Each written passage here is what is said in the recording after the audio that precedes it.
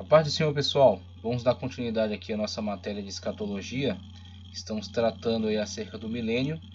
E na aula passada nós vimos aí muitos textos que falam acerca da guerra do Armagedon, que será travada logo ao final dos últimos 3 anos e meio de grande tribulação.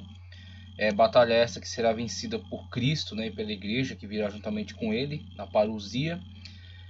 Dando início então após o aprisionamento de Satanás, né, quando a besta e o anticristo e o falso profeta foram lançados no lago de fogo, Satanás foi aprisionado, né, o anjo com a cadeia aprisiona Satanás, ficará assim por 1000 anos. Virá então a segunda etapa da primeira ressurreição, né, conforme abordado inclusive. Alguns intérpretes entendem que este texto aqui está tratando acerca disso, acerca da ressurreição de todos os santos do Antigo Testamento, juntamente com os mártires, né, do tempo da grande tribulação, serão então ressurretos para juntamente com a igreja de Cristo, já num corpo glorificado, num corpo glorioso, e juntamente também com seres humanos que estiverem presentes aí na terra ao momento, adentrarem ao reino milenial de Cristo, né? Então serão agora regidos diretamente por Cristo, com vara de ferro, com autoridade, mas também com justiça, né? Com autoridade, com justiça, mas também com amor, com misericórdia, num plano terrestre muito aperfeiçoado, num plano terrestre de muita paz e de muita alegria e muita bonança, né? Então entendemos que o reino que Cristo instalará nessa terra será exatamente aquilo que todos esses reinos ao longo da história não conseguiram ser, não conseguiram alcançar,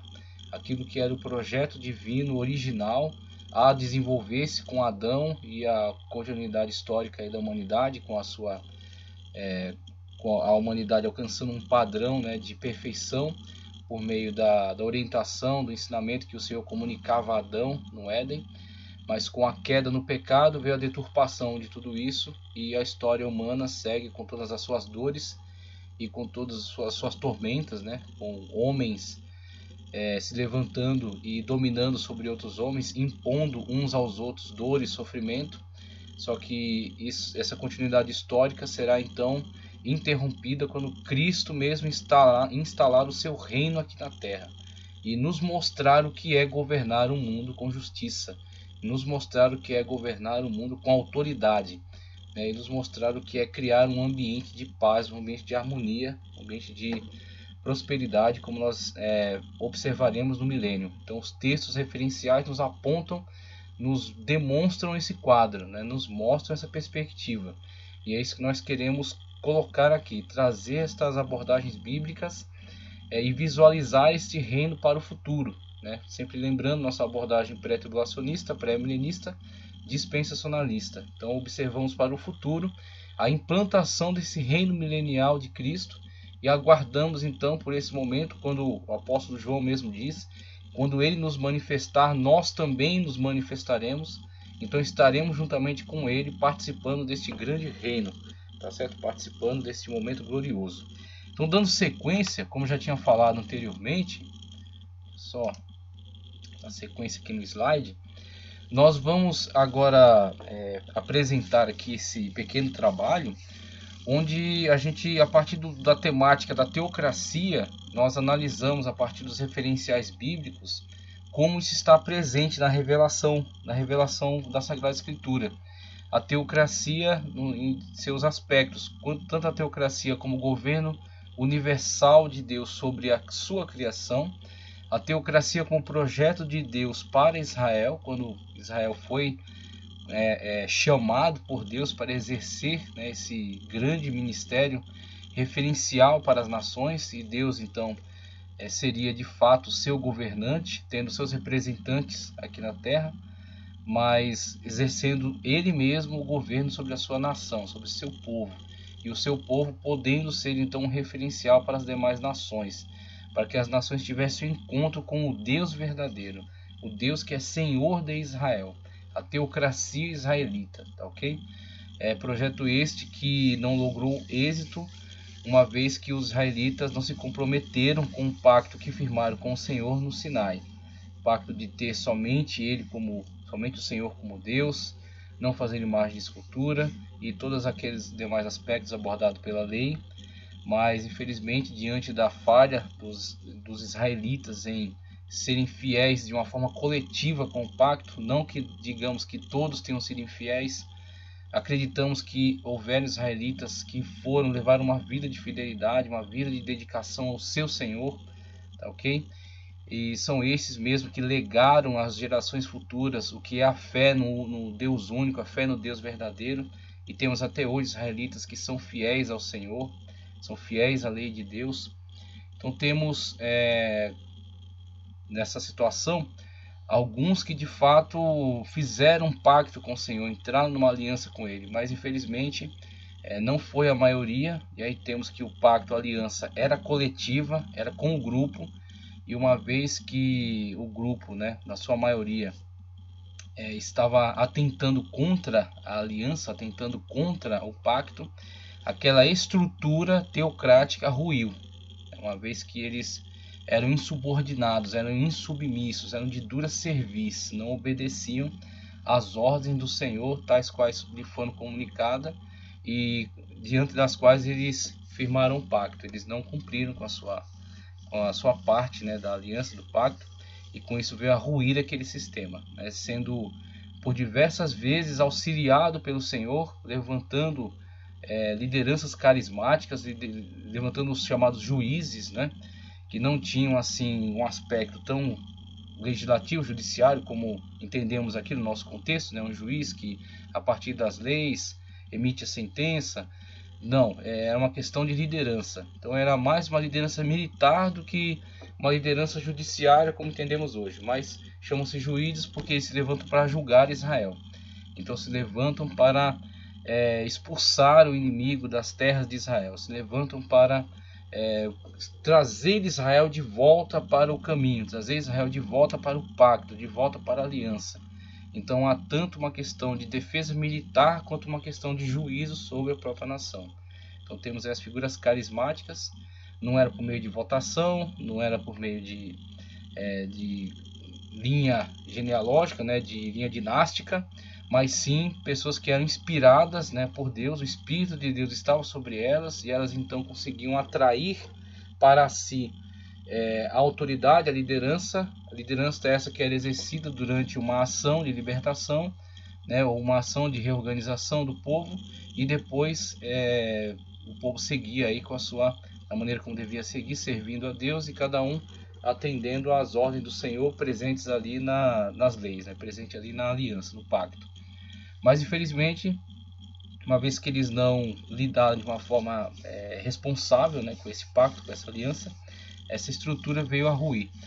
Mas nós podemos observar que Deus, o mesmo Senhor, que exerce de fato o seu governo sobre toda a criação e que exerceu este governo sobre Israel, ele não é frustrado nos seus planos, tá ok? Então mesmo que o homem venha ele a perder a sua posição, a posição que lhe foi dada e que muitas das vezes ele não preserva, mesmo que ele venha a perder a sua posição dentro do plano de Deus, ele não frustra o plano de Deus.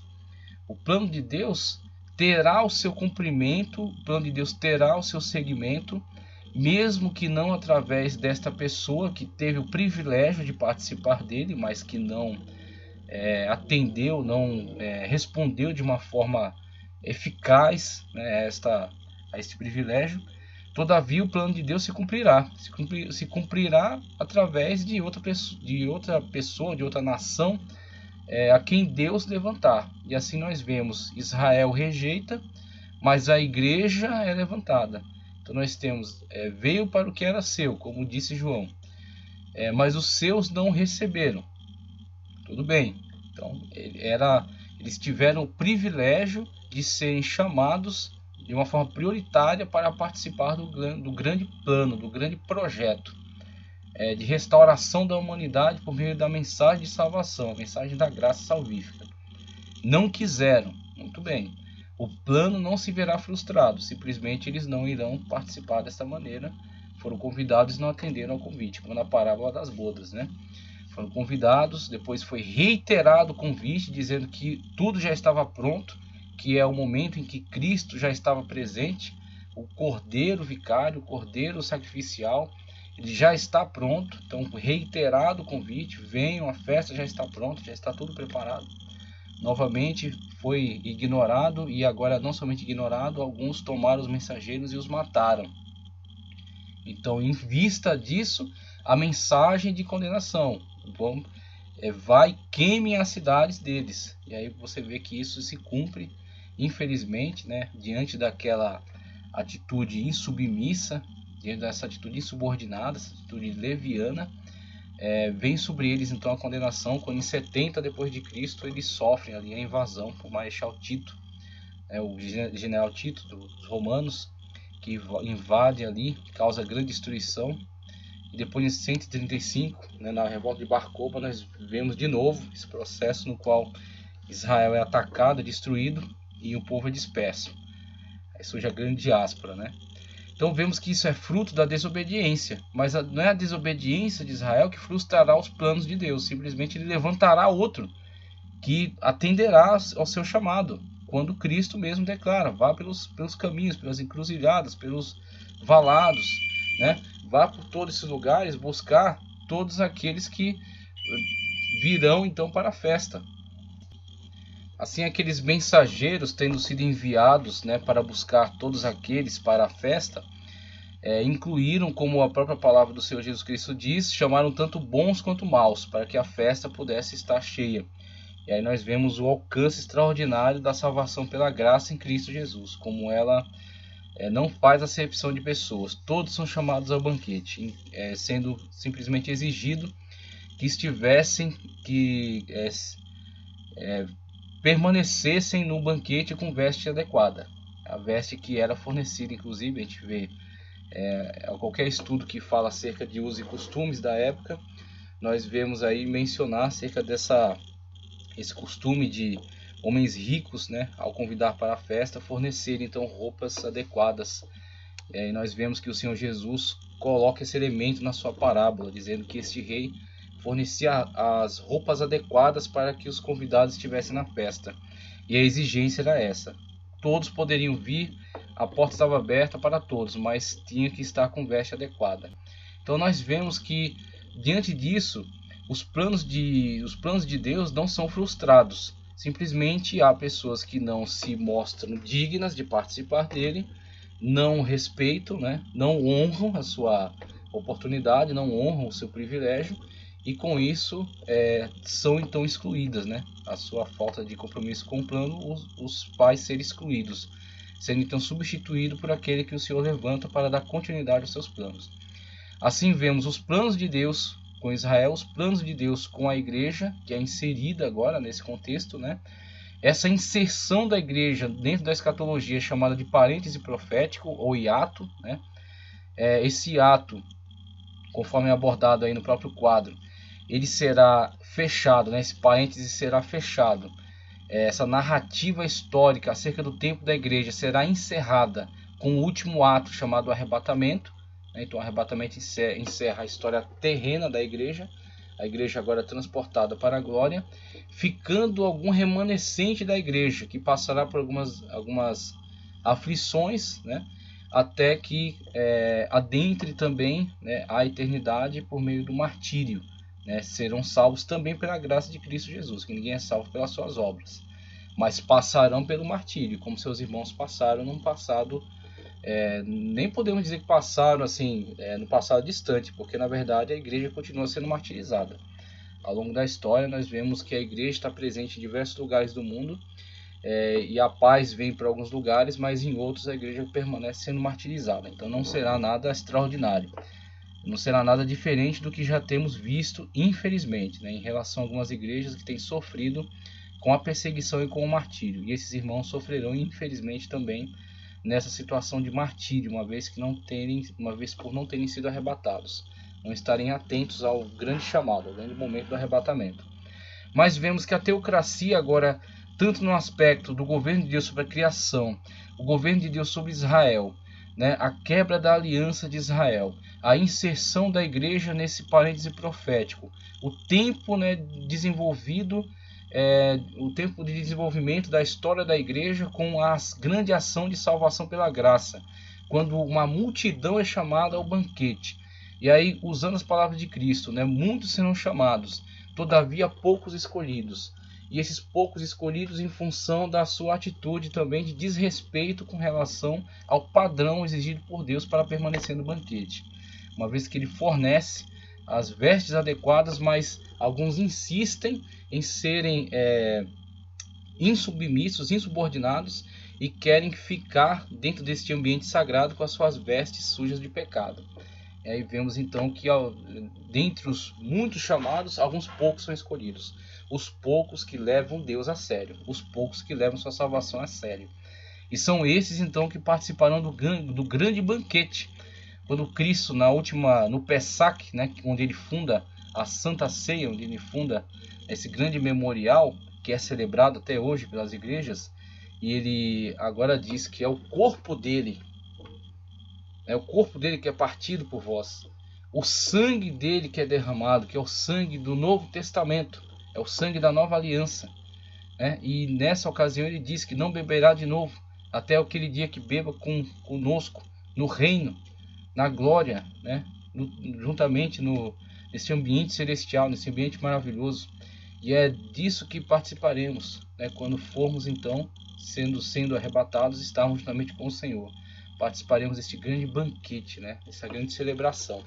E aí temos então que nesse contexto, né, como estamos vendo aí essa sequência de eventos, dá-se-á a conclusão do tempo profético visualizado por Daniel, sendo interrompida a 69ª semana na crucificação e na destruição de Israel, conforme visualizado na profecia. E agora a 70ª semana, que está em aberto, terá o seu curso, terá sua continuidade com esse tempo escatológico, inaugurado por arrebatamento, a ascensão do governo do anticristo, 3 anos e meio de falsa paz, 3 anos e meio de grande tribulação, e aí vem Armagedon, a manifestação gloriosa de Cristo, a grande batalha, né, que analisamos aí alguns textos acerca dela no vídeo passado.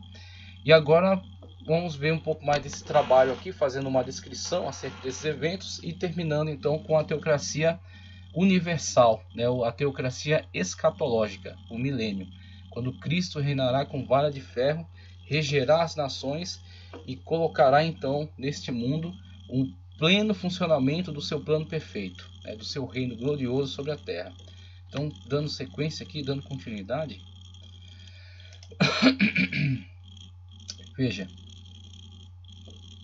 o governo está completamente centralizado nas poderosas mãos de Cristo, que, em Apocalipse 2:27, e com vara de ferro regerá, e serão quebrados os vasos, regerá, com vara de ferro as regerá, e serão quebradas como vasos de oleiro, como também recebi de meu Pai, o que é muito diferente da descentralização e dos conflitos internacionais que vemos hoje, com nações tentando se impor sobre outras e blocos econômicos brigando pela hegemonia financeira e política, né? E com isso levando muitos à miséria. No milênio, Cristo regerá todas as nações e os salvos, aperfeiçoados e incorruptíveis. Esse aqui que é o ponto-chave da questão. Nós temos um governo que está centralizado na mão de alguém que tem autoridade para isso, porque na atualidade vemos homens tentando se impor sobre homens, e alguns até apresentam justificativas absurdas para o domínio de alguns homens sobre outros, entendendo que alguns são melhores do que outros. Quando você vê Nietzsche falando que a lei, a moral, a ética, a religião é a maneira dos fracos de limitar a ação dos fortes, e que na verdade o forte tem autoridade, o forte tem, digamos assim, legalidade para dominar o fraco a partir do momento em que ele pode fazer. Então vemos aí Nietzsche desenvolver a questão do super-homem, do anticristo, né, coisas que alimentaram muito a mente nazista, né? Então eles liam o Nietzsche como se fosse a Bíblia deles. Heidegger, Nietzsche, Hegel. Então vemos essas figuras aí que tentaram justificar o absurdo da dominação de homens sobre outros homens. E vemos aí também outro aspecto, quando falamos acerca do darwinismo social, as ideias de evolução das espécies de Charles Darwin, né, conforme ele desenvolveu nas suas pesquisas, as viagens que ele fez, a Beagle, né, aquele navio que ele utilizou-se para fazer viagens, foi até Galápagos e viu aquelas espécies, aquelas diferenciações, aquelas mutações, né? E não questionamos a questão das microevoluções, quando uma espécie evolui dentro da sua própria espécie, né? Não ultrapassando a barreira da espécie. Um sapo nunca foi um verme, tá? Então, um leão nunca foi uma borboleta. Então, o exemplo é absurdo, né? É bem ridículo. Somente para entendermos que cada animal está dentro da sua espécie, ele passa por microevoluções dentro dessa própria espécie, a melhorando ou em algumas situações até perdendo algumas características importantes em função de um ambiente hostil, um ambiente inóspito, modificando-se para se adequar a esse ambiente. Então entendemos as microevoluções. Agora as macroevoluções, quando faz tudo se originar de uma ameba só, aí fica bem complicado, bem difícil. Não há elo de ligação, não há justificativa, né, que seja conclusiva. Mas o conceito desenvolvido aí por Charles Darwin, que na verdade já havia sido iniciado e que por ele foi então desenvolvido, e depois Galton, né, que era até um parente seu, traz essa ideia do âmbito dos seres, né, dos animais, traz isso para o âmbito social, e aí nós vemos o desenvolvimento chamado darwinismo social, e vemos aí também essa ideia de que existem evoluções acontecendo também entre os seres humanos, alguns estão mais evoluídos, outros estão menos evoluídos. A questão da eugenia tentou aplicar isso de uma forma sistematizada, tentando fazer cruzamento de pessoas que eles entendiam serem mais evoluídas, e o resultado foi trágico, né? Nós vemos que entre os cruzamentos dessas pessoas, né, infelizmente temos que usar essa palavra porque foi isso que foi feito, o cruzamento dessas pessoas aí, até nascendo pessoas com graves deficiências, mostrando que essa teoria deles era muito furada, né? Mas isso causou grandes prejuízos, isso inclusive alimentou a mente de muitos cientistas psicopatas que trabalharam durante o nazismo e que fizeram um teste aí nas pessoas, né, que estavam ali sequestradas, né, por eles, né? Muitos judeus, muitos poloneses, muitos russos que estavam ali nos campos de concentração, né, e foram vítimas aí, principalmente os judeus, né, que passaram situações terríveis aí, foram vítimas de pesquisas absurdas, né, pesquisas hediondas. E isso é fruto do quê? Né? Não da tentativa da dominação de um homem sobre outro. Um homem pensando que é melhor que outro, pensando que tem uma origem diferente de outro, né? Que não vieram todos de um mesmo ser criados por Deus. Não são a imagem e semelhança de Deus. Não há propósito na vida, né? Como Sartre vai afirmar isso. Então, tudo isso vai criar exatamente este monstro, né, que faz isso dentro dessa sociedade, que causa esses males. E nós vemos que na teocracia universal, o governo vai estar na mão daquele que pode governar. O governo vai estar na mão daquele que deve governar, daquele que tem autoridade para isso, porque é o Criador. Então não é simplesmente um igual a mim que se impõe sobre mim pelas armas, ou pela falácia, né, pela demagogia, ou então pelo engano, né, ludibriando as pessoas. Não, será uma pessoa que de fato está mesmo acima de mim, porque é meu Criador. Então a este cabe a autoridade do governo, a este cabe a autoridade do mando. Então é na mão da pessoa certa que estará o governo de todas as pessoas. E este que estará governando sobre todas elas, o Senhor Jesus Cristo, ele trará para si, ele colocará em postos estratégicos pessoas que estarão num estado incorruptível, porque já passaram desta vida falha, desse corpo defeituoso, desse corpo cheio de concupiscências, nessa característica que temos hoje, nosso aspecto, nosso caráter, nossa personalidade defeituosa, falhas de caráter, falhas de formação moral. Nós teremos passado disso e já estaremos numa estatura de varão perfeito.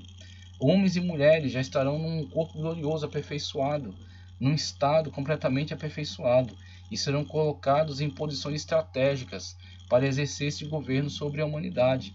Então serão incorruptíveis, né? Então não serão atraídos, né, para o suborno, não serão subornáveis, né? Não serão então vítima da ganância pela dominação, da ganância pela usurpação. Então, estarão ali para exercer um governo em nome de Cristo. Estarão ali para exercer a função para a glória de Deus. E viverão então para isso, para glorificar a Deus por meio da sua boa ação, por meio da sua ação justa, honesta, correta. Então é nesse contexto que veremos a possibilidade de um governo perfeito. Para hoje, esqueça, não tem condições. Os homens, nas suas falhas, nas suas limitações, nas suas imperfeições, eles não vão alcançar essa situação. Não adianta nem prometer.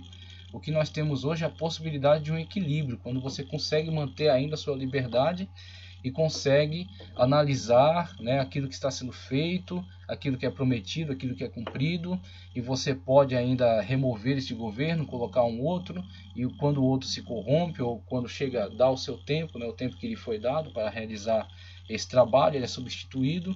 Então o que temos hoje é esta constante variação, né, e temos que manter essa liberdade para que possamos ter pelo menos uma amenização dos problemas, mas não haverá uma solução total. A solução final está para este momento, está para o momento escatológico, está para o futuro, quando aquele que de fato tem esta autoridade, quando aquele que de fato tem esta competência, estará ocupando a cadeira, quando ele estiver no trono, e quando a vara de ferro estiver na mão dele, a autoridade, né, esse sim poderá exercer esta teocracia universal, este governo centralizado, este governo perfeito. Cristo regerá as nações, e os salvos aperfeiçoados e incorruptíveis participarão deste governo como administradores, reis e sacerdotes. Interessante isso, né? Como exercerão então atividades ligadas aí a governo e a culto, né? Estarão servindo a Cristo, aí estarão trabalhando para a glória de Deus e para o bem de todas as pessoas. A violência e a iniquidade dessa terra não serão toleradas, lembrando-se que a sociedade se comporá também de seres humanos, nas suas características humanas, nos seus defeitos humanos, na sua liberdade, tá certo? No seu livre-arbítrio, inclusive. Então, a possibilidade de conflitos, sim. A possibilidade de problemas, sim. Tentativa de corrupção, sim. Só que tudo isso será gradativamente modificado a partir do bom exercício do governo de Cristo e dos seus representantes, que estarão exercendo autoridade e que estarão dando referências, né, referências adequadas, e que estarão comunicando o ensino. Nós vemos, por exemplo, os israelitas que estarão presentes aí nesse momento, aqueles que aceitaram a Cristo, estão no corpo glorioso, que subiram no arrebatamento, é outra questão, estão junto com a igreja, estão incluídos todos dentro do plano da igreja. Aqueles que foram resgatados naquele momento crucial, né, do Armagedon, naquela guerra, quando Cristo interveio e trouxe a libertação, estarão dentro desse governo, como seres humanos, como os demais. E vão agora cumprir a missão que deveriam ter cumprido já há muitos séculos atrás, de ser um povo referencial, porque a sede do governo estará em Israel. Tá certo? Israel terá todo o seu território, a abrangência do seu território, conforme prometido a Abraão. O templo de Ezequiel estará presente lá. O reino, né, o governo estará também lá, representativo ao reino de Cristo. Tá, ok? E os israelitas cumprirão então sua função escatológica, aquela visualizada também por Paulo na carta aos Romanos.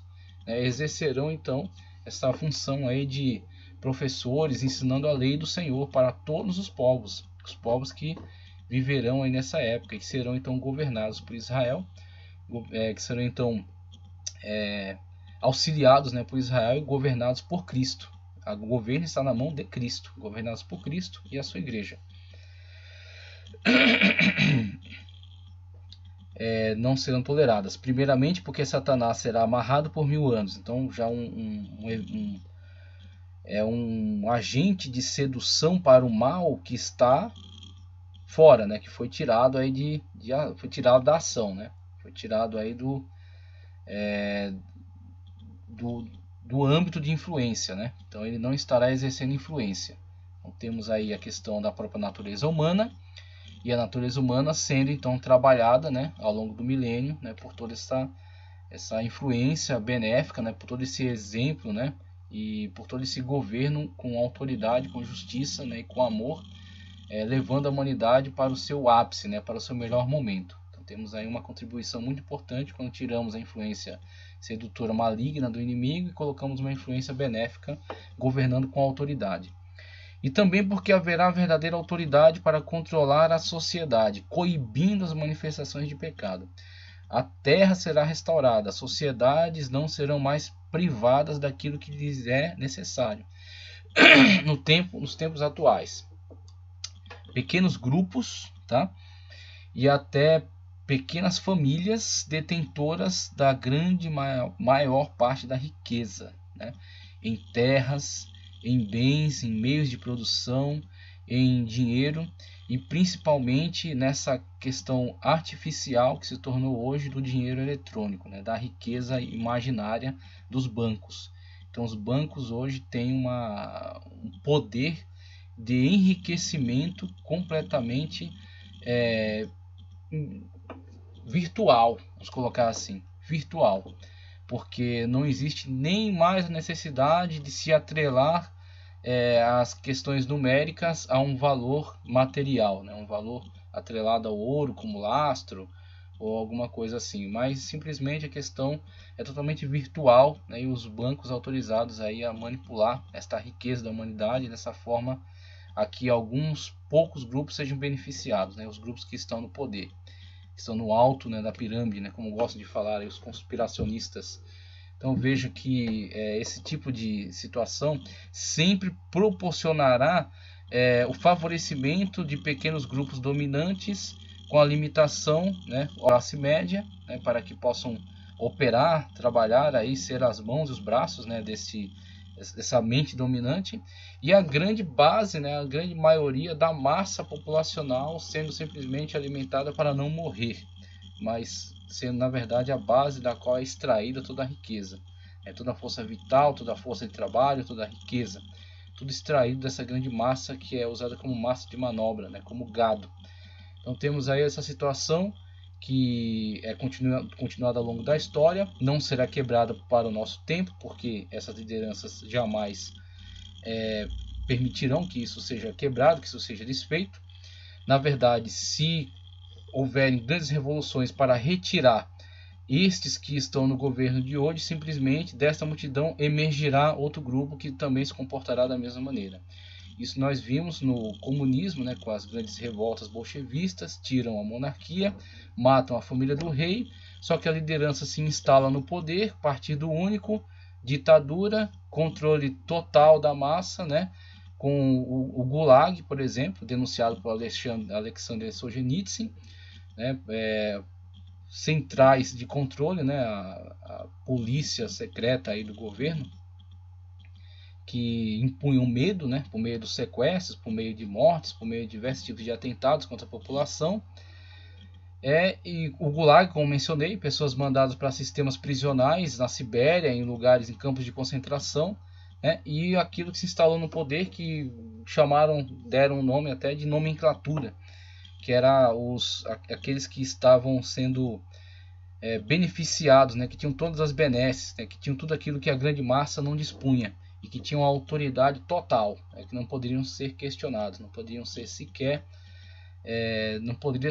serem questionados em relação às suas ações, porque isso mesmo já traria aos questionadores grandes prejuízos, né? Traria o corte aí das suas cabeças, né? Então nós vemos que qualquer sistema que tente se levantar dizendo que vai causar uma revolução para poder conduzir a humanidade para uma justiça social, ela sempre causará uma modificação do status quo para que ela mesma se instale no poder. Então esse movimento ele é constante ao longo da história, você vai ver se repetir diversas vezes, sendo então interrompido quando alguém que de fato tem autoridade para o governo, alguém que de fato tem o direito de governar, estiver no governo. É a única maneira. Alguém que de fato tem esse direito de governar, porque é o Criador, porque é Deus, porque é Senhor. tá ok? E porque é incorruptível, diferentemente do homem, extremamente corruptível, é incorruptível e causará agora um benefício para todos, né? Trará uma igualdade social e um benefício universal, né? Uma justiça universal para todos, né? Então é